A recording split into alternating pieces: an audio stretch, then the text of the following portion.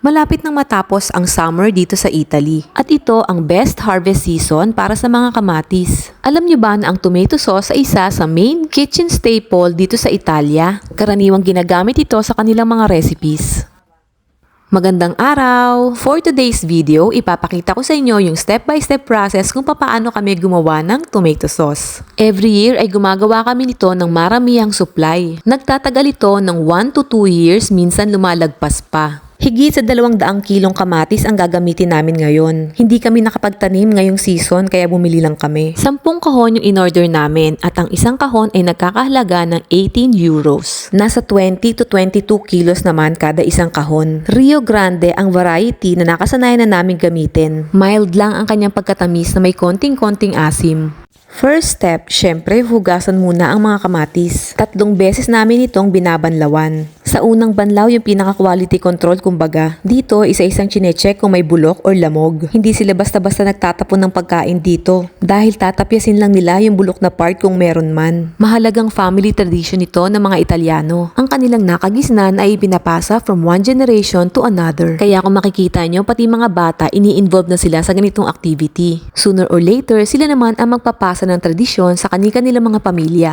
Dito nga pala kami gumagawa sa aming garden. Kaya yung tubig na pinagbanlawan ng mga kamatis ay ginagamit naming pandilig sa mga halaman. Hindi lang yan, mamaya makikita nyo kung paano namin gamitin yung mga scraps. Talagang walang masasayang. Marami-rami na rin kami nahugasan ng mga kamatis. Kaya pwede nang simulan ang pagpapakulo nito. 2 malaking kaldero ang aming gagamitin. Saglit pa lang kami nagtatrabaho pero panay-panay na ang break time ng mga tauhan naming bulilit.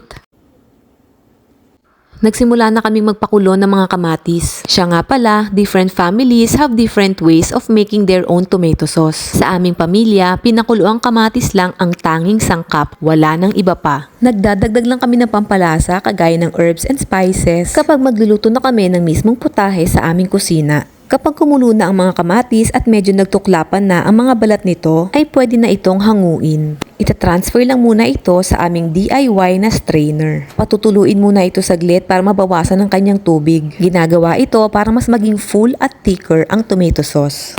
Taon-taon ay nag-iipon kami ng mga beer bottles at iba't ibang uri ng garapon. Few days bago kami gumawa ng mga tomato sauce ay pine-prepare muna namin itong mga bote. Hinuhugasan namin yung mabuti at sinasabon din. Pagkatapos ay pinapakulon din namin for about 20 minutes to ensure proper sterilization. After namin patuluin yung mga kamatis ay lalagay na siya dito sa tomato press machine. Ito yung nagpa-process ng mismong tomato sauce. Ine-extract nito yung pulp at juice na lumalabas dito sa right side, habang dinidiscard naman ito ang mga balat at seeds sa left side. After ng unang piga ay ibabalik pa namin sa machine yung mga balat na yan dahil may mga katas ka pang makukuha dyan.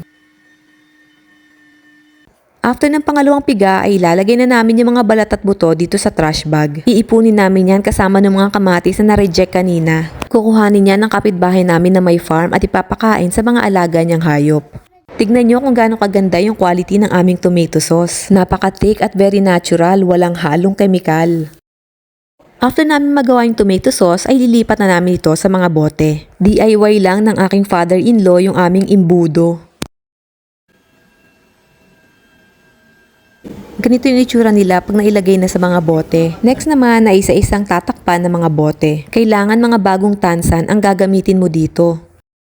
Sa process na ito ay gumagamit kami ng bottle copper. May magnet dyan at dun mo ilalagay yung tansan. Iro-rotate mo lang yung handle pababa and voila, selyado na ang mga bote. At ganito na yung itsura ng mga bottled tomato sauce. Wait lang, hindi pa tayo tapos. Kailangan papakuluan ulit ang mga bote na yan.